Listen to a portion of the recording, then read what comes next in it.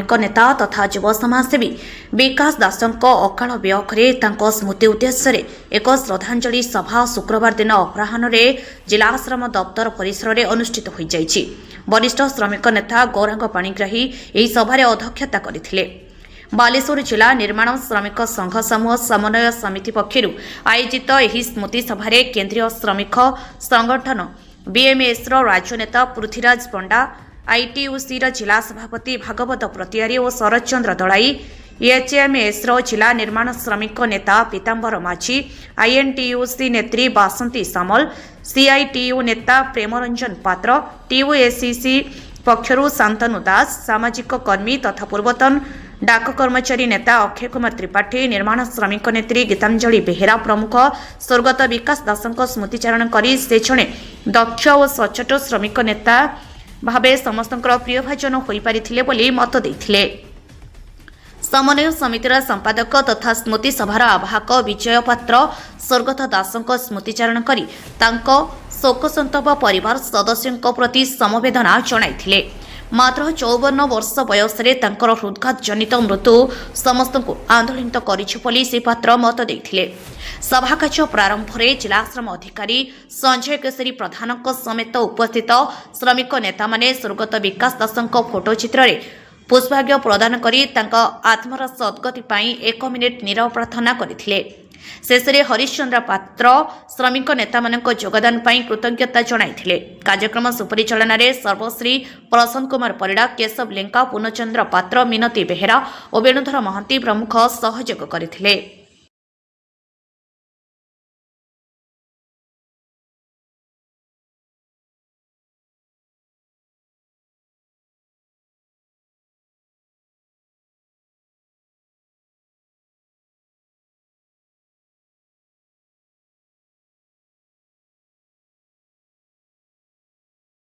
मु जेतेबेले मु करूथिली list director मानकर सेतेबेले हठात मो मनरे विकास दास को नाटा कहीं आसला कहीं से मो सार मिसी थिले एवं से बोर्ड रो डायरेक्टर भाबरे मु विकास दास को नाटी मु रखिली।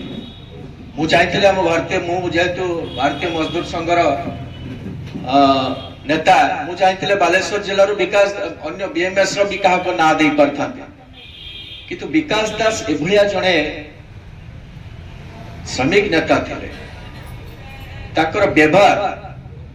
से दृष्टि मुझे बसी था हठात मन पड़गला नहीं विकास दास ही रखा एवं वो विकास दास को ना जो रखागला जो लेटर गला पाखु सी विश्वास कर पाखरे जो लेटर पहुंचला बोर्ड तरफ से मत फोन कले कहले नना मु तो विश्वास कर मो ना से बोर्ड रे अपन रखिछंती बोली मुखले हेटी भाई जतबेले जने भलो आमे जतले समाज रे काम करचु जे मोठारू से 20 वर्ष था जतबेले कोऑर्डिनेशन कमिटी गठन हला हमर निर्माण श्रमिक मानक जिला स्तर रे प्राय 37-38 टी ट्रेड यूनियन काम करची जतबेले कोऑर्डिनेशन कमिटी 17 मसिया रे गठन हला आवाहक मंडली हिसाब रे चली थिला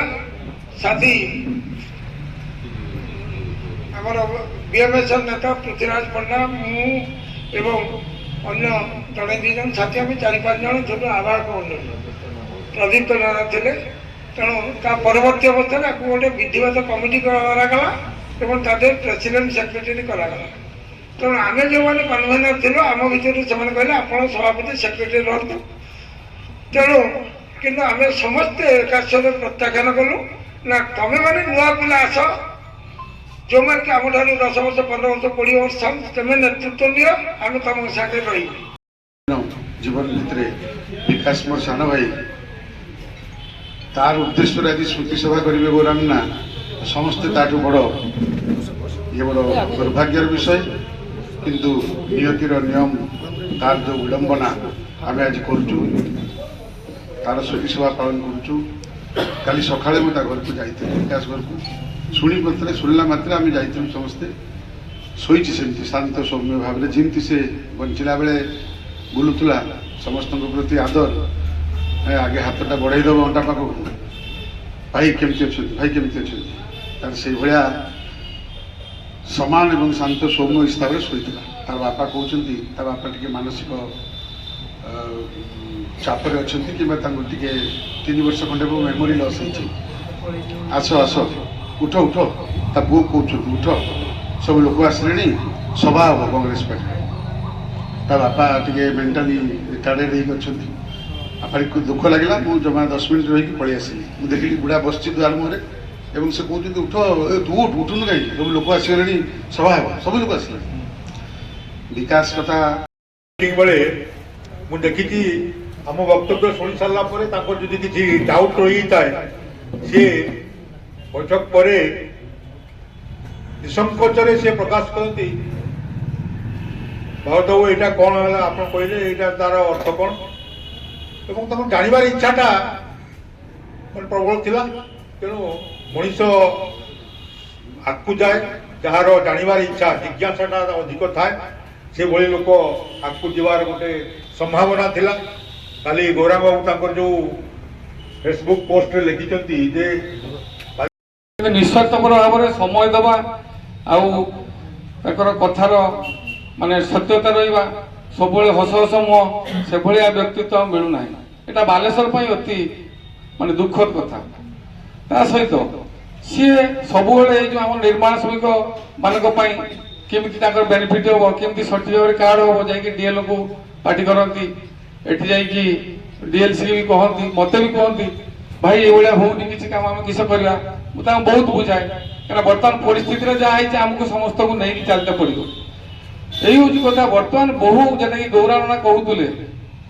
100%ରୁ ବର୍ତ୍ତମାନ 70% ଯେଉଁମାନେ କି ଜେନୁଇନ୍ ନିର୍ମାଣ ଶ୍ରମିକ ତାଙ୍କ ପାଖରେ ଆମେ ପହଞ୍ଚି ପାରୁନୁ। ଯଦି ଆମେ ତାଙ୍କରି ପାଖରେ ପହଞ୍ଚିକି ଆମେ ତାଙ୍କର ଏଇ ଯେଉଁ ଯେଟାକି ଆମର ଏଇ ପ୍ରୋଗ୍ରାମଟା ରହିଛି, ଏଇ ନିର୍ମାଣ ଶ୍ରମିକ ବୋର୍ଡର ଯେ ସବୁ ଗାଇଡଲାଇନ୍ ଅଛି ତାଙ୍କୁ ବୁଝେଇବା, କହିବା, ଯଦି ସଠିକ୍ ଲୋକଙ୍କୁ ଆମେ କାର୍ଡ କରିବା, ସେଇଟା ହଉଛି ଆମର ନେତୃବୃନ୍ଦ,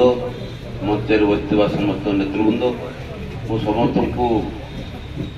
ଅଭିନନ୍ଦନ ଜଣାଉଛି। ବିକାଶ ଦାସ ନିଶ୍ଚିତ ଭାବରେ ଜଣେ ଭଲ ମଣିଷ ଥିଲେ, ଏକଥା କେହି ଅସ୍ୱୀକାର କରିପାରିବ। କାରଣ ବିକାଶ ଦାସ ତାଙ୍କ ପାଖରେ ସବୁବେଳେ ହସ ହସ ମୁଖ, ଗୋଟେ ଅବଶ୍ୟ ସେ ଟିକେ ହଠାତ୍ ସର୍ଟ ଟେମ୍ପର ହେଇଯାଆନ୍ତି, କିନ୍ତୁ ସେ ବହୁତ କଥା ଥଣ୍ଡା ମିଞ୍ଜାସରେ କଥା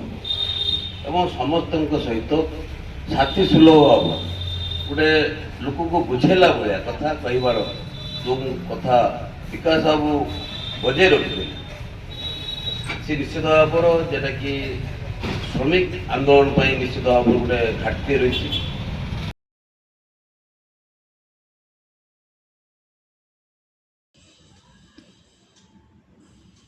ତ୍ରିଲୋଚନ ବେହେରାଙ୍କ ରିପୋର୍ଟ, ପି ନ୍ୟୁଜ୍ ଓଡ଼ିଶା।